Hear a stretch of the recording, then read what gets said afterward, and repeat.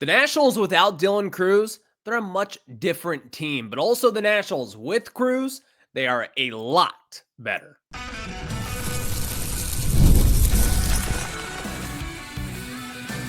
You are Locked On Nationals, your daily Washington Nationals podcast, part of the Locked On Podcast Network, your team every day.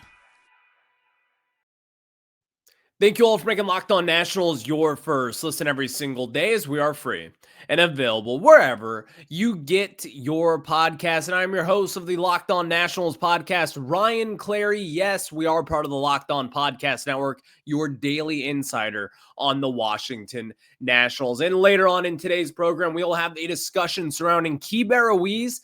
Guys, it's not very good news. We'll have that discussion later on in the show today. And in the second segment, Josh Bell. What an incredible season that he has put together. And I think people are forgetting just how bad he was in the first half. So stay tuned for that discussion later on in the show today. But this Nationals team with Dylan Cruz might be a good team.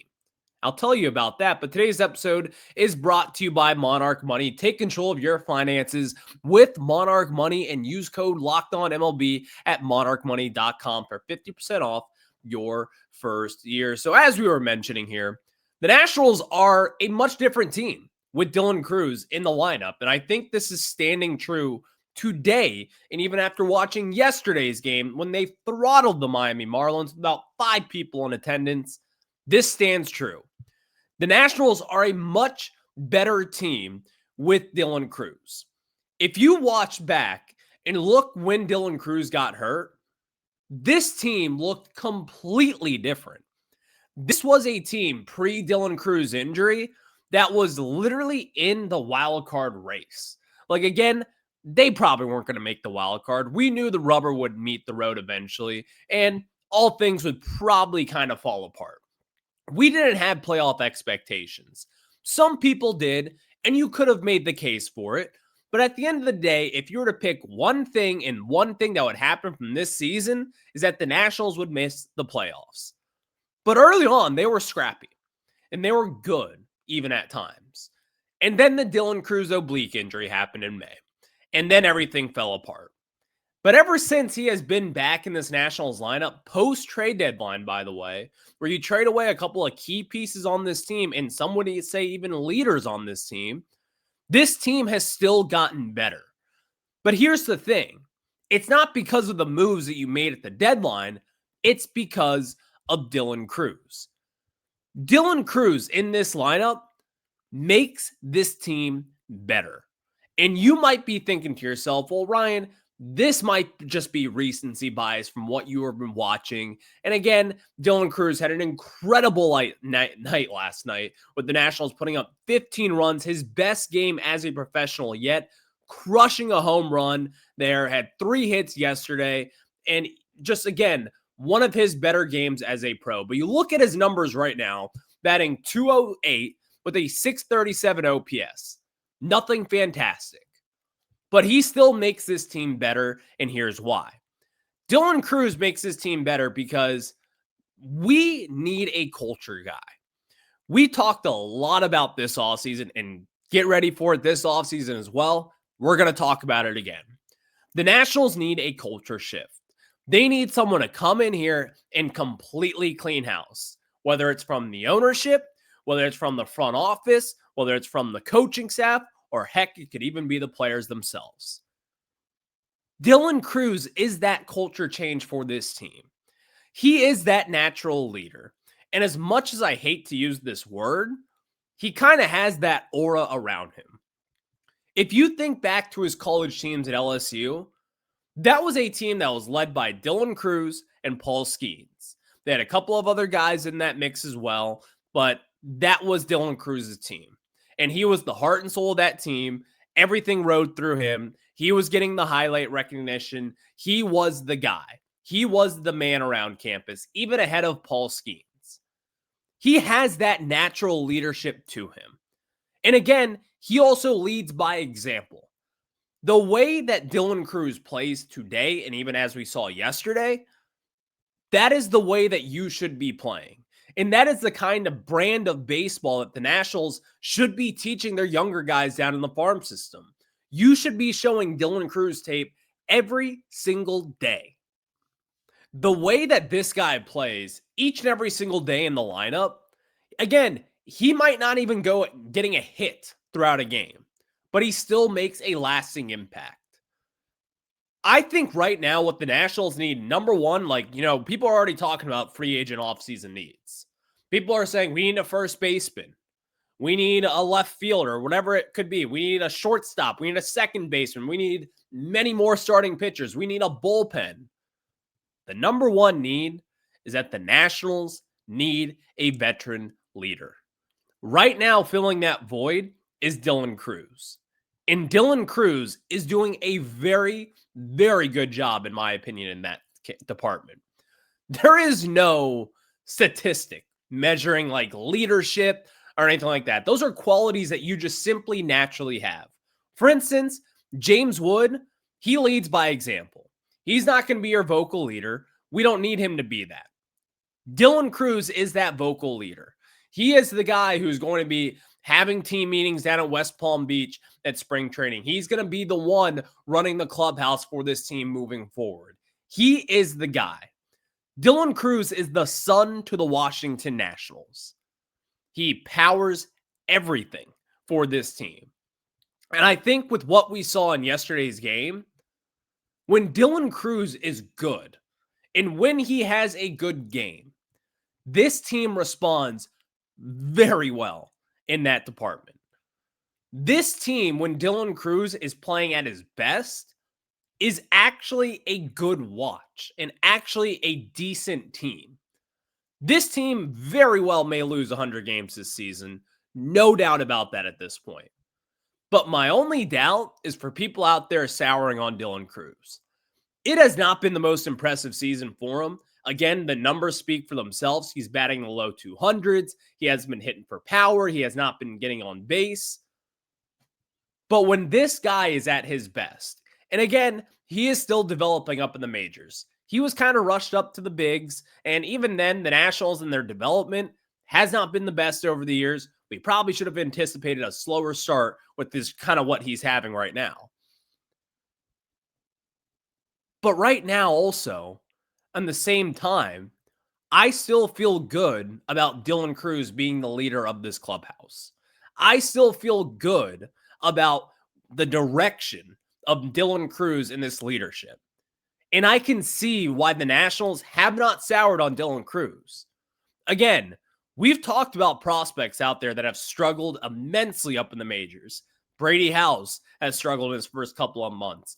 Robert Hassel III has struggled at times. Dalen Lyle did struggle a little bit, but has really broken out of that and has obviously been the MVP for the Nationals in the second half of this season. But Dylan Cruz's struggles, we talk about them. They're apparent, but also the things that he provides. And I think right now, since coming back August 14th, nearly a month past that, this team has looked better. And this team has played much better as well. He has that clean kind of just look to him. And also, again, watching him kind of work his way through the dugout in between innings and the way that players interact with him, the way that coaches interact with him, you can tell that he has that leadership quality that the Nationals, quite frankly, have been missing. You tried to go out there with Nathaniel Lowe to be that guy.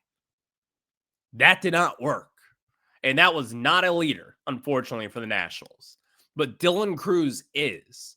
And so in this department, watching the Nationals play last night, that just kind of goes to show you what they could be if everything is firing on all cylinders.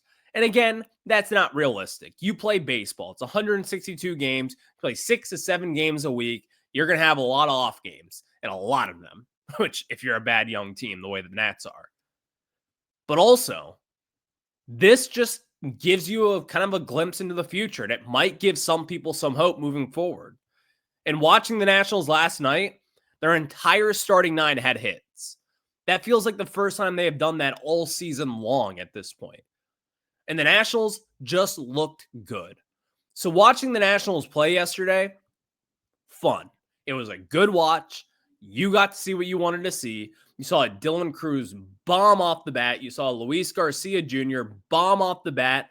And the Nationals, they took advantage of a really bad Marlins team. And again, 409 feet from Dylan Cruz, 104 miles per hour off the bat, a 26-degree launch angle.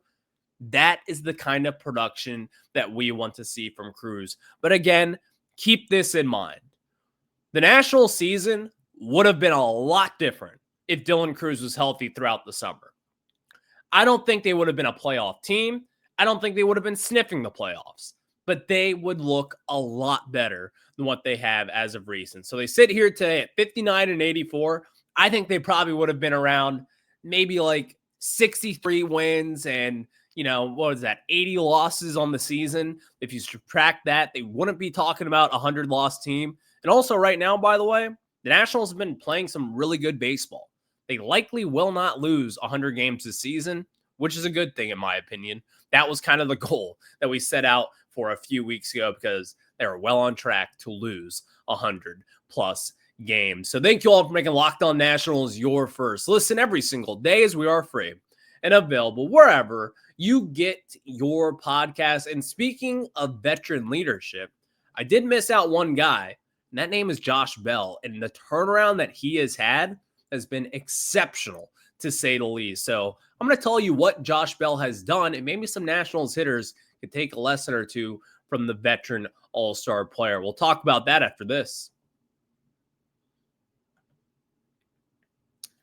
And yes, there is nothing like catching a baseball game live. The energy, the crowd, the chance to see your team in person, but actually getting tickets, that's the tough part. Queues, login screens, surprise fees, it takes all the fun out of it. And that is why I use Gametime, the app that gives the advantage back to fans, because Gametime is fast, easy, and backed by the Gametime guarantee. You'll always get 100% authentic tickets delivered on time and at the best price. Plus, all fees are included, so the price you see is the price you pay. The app made it super simple for me. When I was getting Nationals tickets just the other day, I could see the exact view from my seat before I even bought the ticket, and fees are included, so you know your total up front with no surprise fees at checkout. And I love the zone deals too. Right before Gametime picks the seats, and you can save big. So download the Gametime app, create an account, and use code LOCKEDONMLB for $20 off your first purchase. Terms do apply. Again, that's promo code LOCKEDONMLB for $20 off. Swipe, tap, ticket, go. Download Gametime today.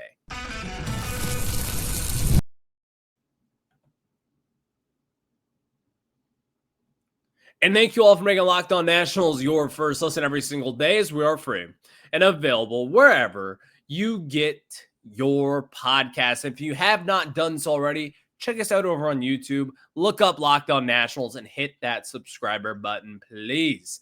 Josh Bell, what a renaissance season that he has had. The tale of Josh Bell, the first 3 months of the year compared to the last 2+ months of the season, has been completely different.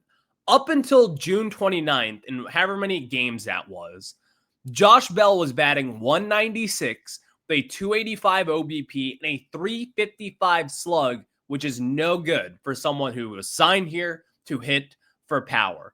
And I think Josh Bell, kind of looking back at that and seeing the adjustments that he has made, he said it himself. He was looking for the long ball, and that is what got him messed up. But here is what got him in the right direction. One thing that I have noticed with him is he is back going up the middle. And again, not to get too nerdy here baseball-wise here, but a lot of power hitters get caught up in the long ball. They're not stupid. They understand, like Josh Bell, Nathaniel Lowe, James Wood. You are here to hit the long ball. Your job is to hit for power, and you want to see that slugging number up in the 5s if we're being realistic here. That is kind of what they do. And if you look at some of these power hitters when they are in slumps or having slow starts to the season or maybe limping to the finish line, you see a lot of power hitters start to pull the baseball. Some cases, that's not all too bad. But in a lot of different cases, it's typically mechanics that will really mess up a hitter's kind of timing of things. Right now, Josh Bell, if you look at his swing from what it looks like today and yesterday against the Miami Marlins and what it looked back in May, this is a much cleaner swing. Less hand movement overall as well. That is one thing in particular that I've really liked from Josh Bell this season. In years past, we have talked about Josh Bell crumbling at the trade deadline. And again, looking at this past deadline, I still kind of question, like, how did the Nationals not trade him? If I had to bet at this point, it's probably because Josh Bell did not generate any interest. And that's fine. So right now, we're kind of, I don't want to say stuck with him. He's a good player. He's a veteran presence in this clubhouse. He's happy to show up every single day. I like Josh Bell. But the first few months was ripping your hair out. Like, how could you not? How could you not look at him and say, this guy is completely broken? But right now, the past few months and the adjustments that he has made, they have been very clear. They are evident. And again, he is back trying to hit the ball up the middle. And that is where some of these power hitters mess up. If you look at what Josh Bell has been doing, Josh Bell has simplified his swing so much to the point there he is just getting a direct path to the baseball. And with that direct pass, he is thinking middle in the field. And with that in mind comes more power, because since that June 29th game where he was just flat out bad, he's batting 284, a 384 OBP, a 473 slug, and an 857 OPS. In that time frame as well, 8 home runs, 8 doubles, all in 52 games, and he has 48 hits to combine that. The adjustments that he has made this season, mechanically speaking, but also maybe just mindset-wise, has completely changed the trajectory of his season. We were talking about someone earlier on this year. Look at it. I guarantee you I did a show back in May. I can't think of it right now, but I guarantee you I went on a rant about how we should DFA Josh Bell. The Nationals, kind of similar to Dylan Cruz, we need Josh Bell. Like, again, you need a veteran presence who, number one, is there to answer the questions for the young guys. That is invaluable to this team at this point. You need someone like Josh Bell, and luckily we do have that. But also, you need a hitter like this. This is a pro's pro. To start a season in a couple of months, have a complete slump for your first 3 months of the season, batting under 200 for basically the entirety of April, May, and June. To have your slug be well below 400, where it should be living in at least in 450s at this point, in which it has. Josh Bell has completely reinvented himself this season, and he is looking the part of actually being a big piece to this Nationals team right now. And again, if you think of Josh Bell out of this lineup right now, this team would be in a whole lot of trouble. And where this team stands today, it would be a complete mess, in my opinion. So seeing the adjustments that Josh Bell has made, I would love for him to get down with James Wood, sit down with him, go over some of his swing adjustments, and make those same adjustments to James Wood. Because right now, I mean, again, since the All-Star break, James Wood has only hit 3 home runs. This was someone who was on pace for at one point this season, 44 home runs in his first full season. I mean, we are sitting here wondering if he's going to get to 35 on the year. We're wondering if he's going to get to, maybe like 32 at this point on September 9th. There are some real questions with that. So seeing what Josh Bell has done, number one, kudos to him. We were calling for his job. You were calling for his job as well. I was also. And he has quietly put together a really good season for this Nationals team. And being in the middle of the lineup, as we saw yesterday, it's a big deal for this. I mean, again, he was thrown under the water for a lot of times during the first half of the season. But right now, he has persevered and he has gone through it. And again, he has made those swing adjustments, and that has totally turned around his season. So the success that he is having, it tracks to me What says you? Let me know in the YouTube comment section. Again, look up Locked On Nationals on YouTube and drop a comment there. And let me know what you think about James Wood's struggles, but also Josh Bell and kind of the renaissance second half that he has had. But next, we have an unfortunate injury update here with the Nationals catcher position moving forward. The Nationals have been gutted at the catcher position so far this season. Drew Millis obviously out with the fractured finger. And then Keibert Ruiz been out for over 2 months at this point with some concussion injuries, issues, whatever you want to say on that department. But he actually was scheduled for a rehab assignment this weekend. And unfortunately, there is a setback there that will likely end his season. So we'll get into that after this. And let me tell you guys about our friends over at Monarch Money. And most people cannot name all their financial accounts or even what they are worth, whether it's 401ks, properties, or even investments. And when you don't have the full picture, you can end up leaving money on the table. And that is why there is Monarch Money. And it's an all-in-one personal finance tool that brings your entire financial life together in one clean, easy-to-use interface on your laptop or even on your phone. And Monarch is built for people with busy lives. And if you've put off organizing your finances, Monarch is for you. Monarch does the heavy lifting for you so you can link all your accounts in minutes, see clear data visuals, and much more without ever touching a spreadsheet. And you can identify that you aren't saving as much money as you thought. Monarch helps you notice these things, including inefficient investment allocation, and discover forgotten 401ks from your past job. So if you want to maximize your investments, do not let financial opportunities slip through the cracks with our friends at Monarch Money, and use code LOCKEDONMLB at monarchmoney.com in your browser for half off your first year. That's 50% off your first year at monarchmoney.com with code LOCKEDONMLB. And thank you all for making Locked On Nationals your first listen. If you haven't done so already, check me out over on Twitter at RyanClary11 and hit that follow button, please.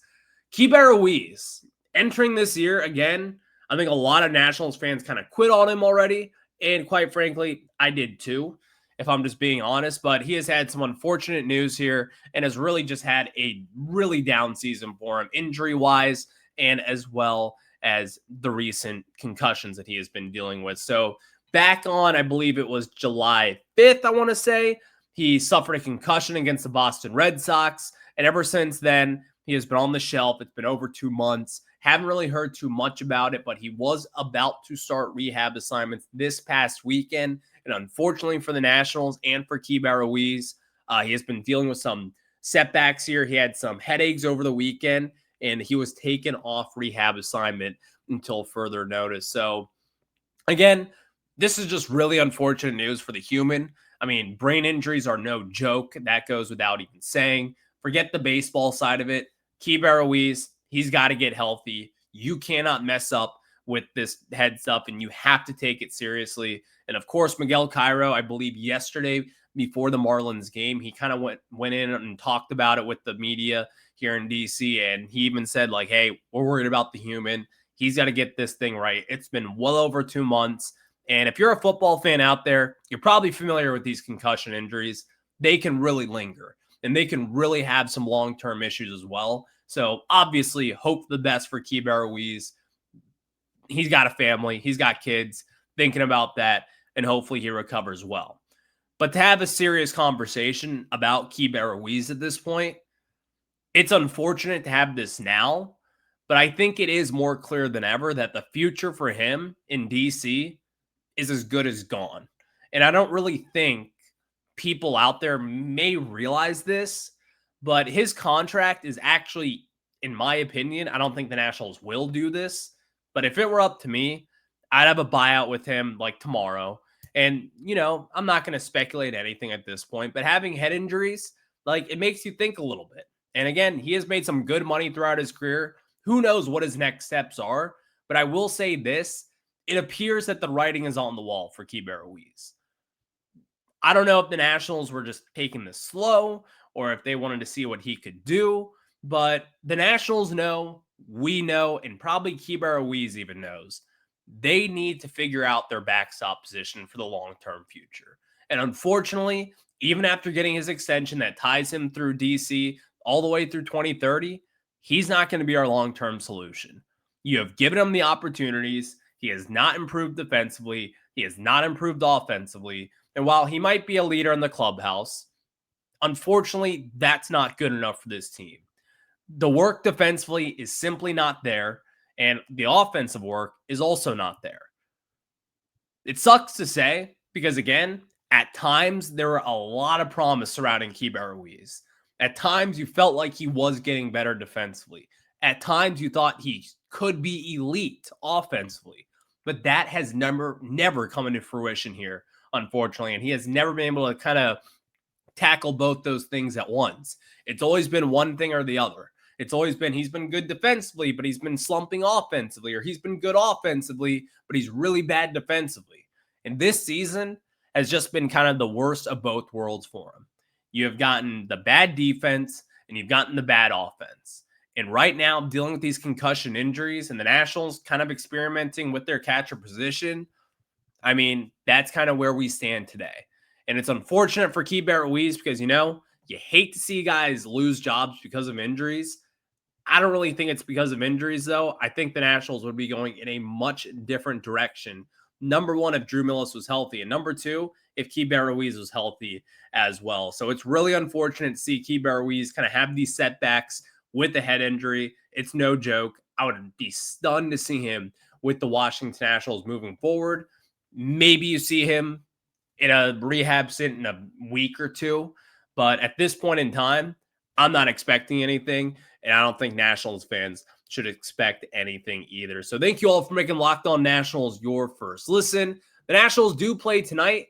They play the Miami Marlins. And after crushing the Marlins yesterday, let's do the dang thing again. I will catch you guys on the flip side. Have a good one. Go Nats.